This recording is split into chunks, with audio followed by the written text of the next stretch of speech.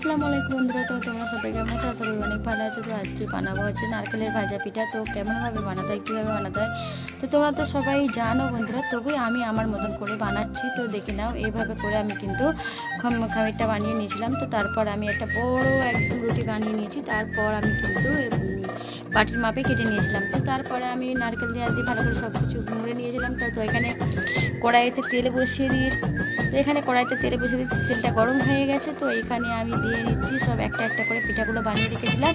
তো সেইগুলো দিয়ে নিচ্ছি এখানে। তো এরকম করে ভাজা পিঠা করলে বন্ধুরা অনেক সুন্দর হয়, অনেক ভালো হয়।